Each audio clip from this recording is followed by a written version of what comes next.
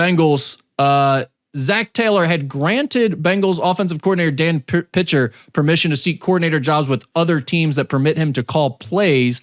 On Wednesday, the Tampa Bay Buccaneers announced that they had completed a virtual interview with Pitcher for their coordinator position. And then just this morning, it's recording on Thursday, it was announced that he did not get that job. But Skinny, I'm still curious, what are your thoughts on this whole concept of Dan Pitcher potentially wanting to leave and feeling like he needs to move on from the Bengals?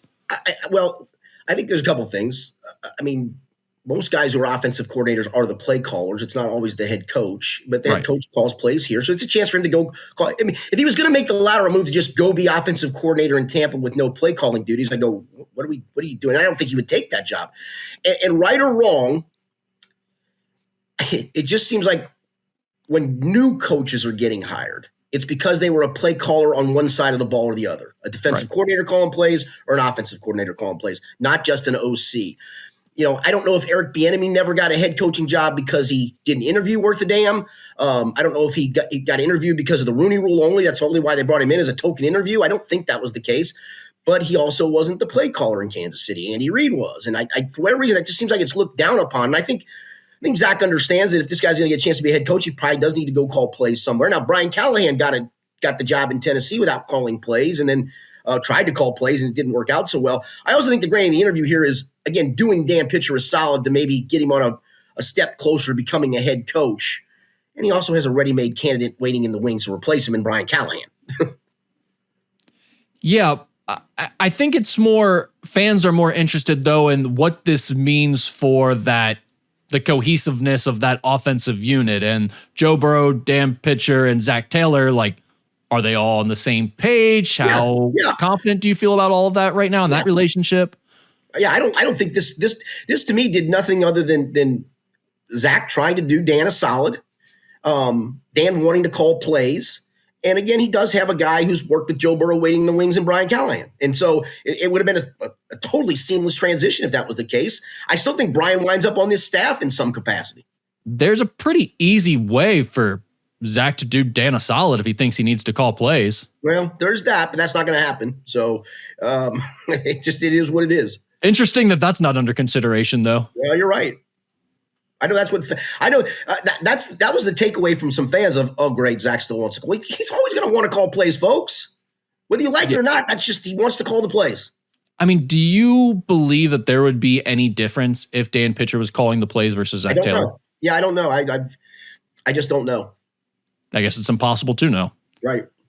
AFC, NFC championship games. Any thoughts there on what we got going in the NFL still? Yeah, I mean, I feel for Denver. I mean, you got there was a story CBS Sports did earlier this week when Jarrett Stidham was named the quarterback. Jarrett Stidham has not thrown a pass in the league since 2023, and they bandied about other candidates to maybe bring in and try to let that guy be a starter. And one of them was Ryan Tannehill, and they made a point of, well, he hasn't thrown a pass since the end of the 2023 season. Well, neither's Jarrett Stidham. So, I mean, I get it. It was fodder. It was interesting to look at. Cam Newton's name was thrown in there. Colin Kaepernick's name was thrown in there. Those are interesting names to bandy about. I would feel for that fan base. Like, you've got a really good football team that was going to be hard, even at home, to beat New England. I think it's now going to be impossible with Jarrett Stidham playing quarterback. Just to be clear, if you're a fan of that team, you don't want them to try to bring in someone else. No, game, right? No, of course not. You got to put the guys in the room. Yeah. Like, no. But it just, I mean, the goofy part was he got hurt on the next to last offensive play of the game, played it out, and then like right after the game, he's got to have ankle surgery. What? Yeah, it was weird. Someone had a replay of the play where they thought he got hurt. And it wasn't much to it. It looked like he just kind of turned things, but then you can kind of see him walking towards the sideline, limping a little bit gingerly, and like with each step, it's like a thing where he thought he was going to walk it off, and it just doesn't go away, and he keeps sort of like wincing, like what the hell's going on with that? And man, what a terrible. I mean, he's so young still, but Skinny Joe Burrow once had this where you get to the Super Bowl and you're young, you think, okay, this is how it's going to be for the next however many years, and now we're talking about whether Joe Burrow will ever even get close to that spot again. It sucks to miss out on those opportunities when you actually get that chance and feel bad for him. I don't know how you feel about it, but the way I was viewing it, I don't know who the favorite is. And if they have Bo Nix still, I don't know that there is. I feel like any team could have won the Super Bowl at that point. Yeah. Now I don't think the Broncos have a chance, but I think the other three teams do. Do you think there's a favorite right now? I mean, I guess I would go New England only because I think they win this game and they're in. The other game is just such a toss-up to me. I mean, it's got the other game, the Seattle Rams game is going to be fascinating. I mean, the Seattle defense has been lights out of late. But then you have the, oh God, what will Sam Darnold do negative factor, right? I think that's the part that everybody's waiting for is when does Sam Darnold have that 3 or 4 interception game? I mean, he had that on that Thursday night game against them, right? Where he made a bunch of mistakes and yet they still found a way to win it. And I'll give the Rams a lot of credit. I mean, they could have folded when that crazy touchdown happened at the end of regulation against the Bears, and they didn't. I mean, they found a way to win the thing in overtime. If I'm the Bears, I think I would have gone for 2 right then and there.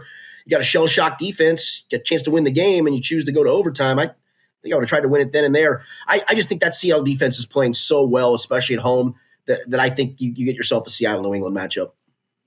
No, I think I'm with you on that. Definitely the New England part of it. I feels like I thought this was their year before the playoffs started, and nothing that I've seen has changed that. And what a run for that fan base, man. I know. Just when you think it's over and you've got to come back to the commoners and be a normal NFL fan, you're right back at the top of the world again. It's just incredible. They're so solid. I mean, listen, CJ Stroud helped them. He looked, honestly, I've never seen a quarterback perform that poorly in such a and have the talent level that he does. He was awful. And even after he threw that like the 4th interception, the next 2 passes he threw, he short hopped receivers like he was so scared to throw it to where he was supposed to throw it. I thought they were going to have to yank him.